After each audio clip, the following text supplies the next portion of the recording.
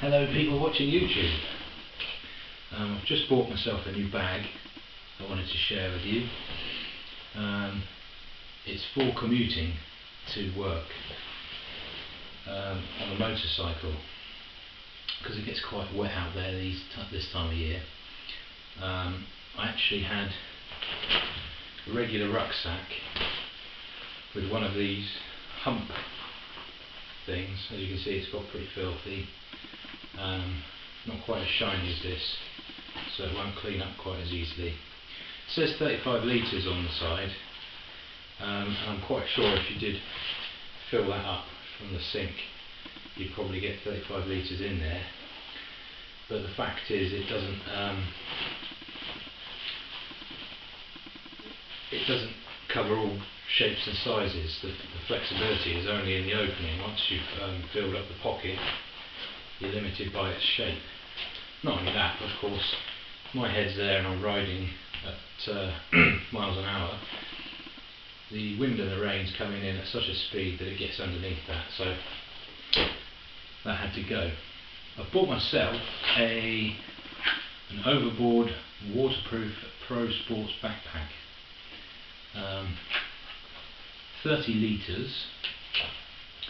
Now obviously Overboard signifies its origins. It's designed for canoeing and kayaking, but I thought you can't go wrong with motorcycling because it's designed as a 3 on the International Waterproof Scale, which means you can drop it in the water by mistake, it'll float and it will take temporary submersion.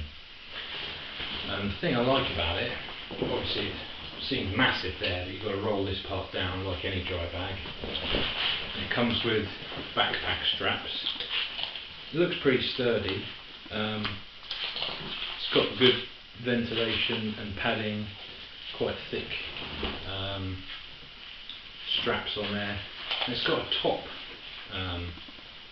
adjustment like you'd have on a Bergen, as well as chest strap and waist strap. Now I'm not going to be using those on the bike because they'll get in the way, so for me I'm going to have to find a way of sort of tethering these up. That's by the by. I really needed something that I could have my lunchbox and my bottle of water for the day side by side, so that's that box ticked.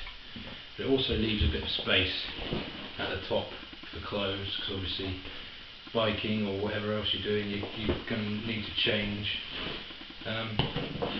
One thing I've always found quite stupid about these types of backpacks, it's a fully waterproof backpack, so you can stick anything in there and expect it to remain dry.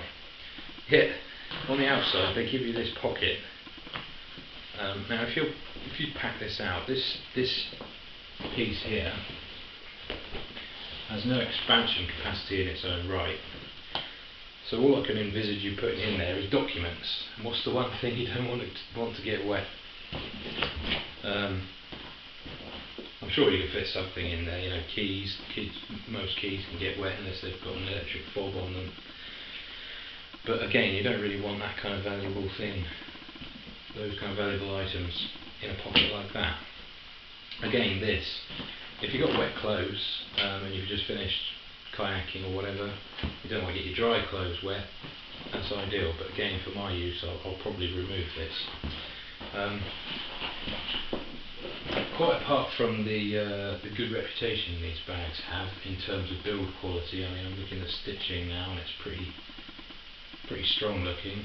Obviously time will tell, but they're quite flexible, because as well as rolling them up in a standard fashion and connecting them like that, for which you've also got a tidy strap that Velcros on, you can actually create a much neater job of it by attaching them to the sides, which makes things a lot neater. I'll stick a couple of cushions in there and show you,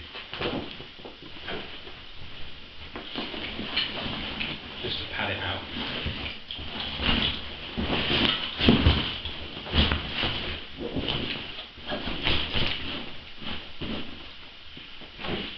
that's my lunchbox, or whatever else you've got. Some clothes, for example, on the top.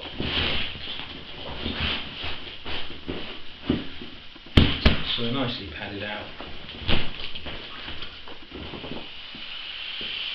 Take the air out. 1, 2, 3 rolls. Well, I'll give it 4 because I don't need room. And then tidy the side straps.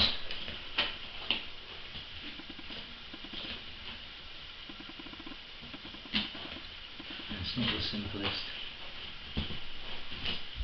I'll tidy that later.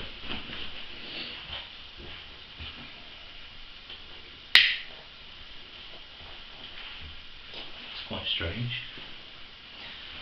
You might be able to see on this side we've got one of these type of connections. Yeah, on this side we've got a standard yank down one, so I wonder why that is. Never mind. Anyway, that makes it a lot more neat on the bike, especially for me, with the air coming rushing around the helmet and over the bag. You don't really want the top loop parts flapping around in the wind.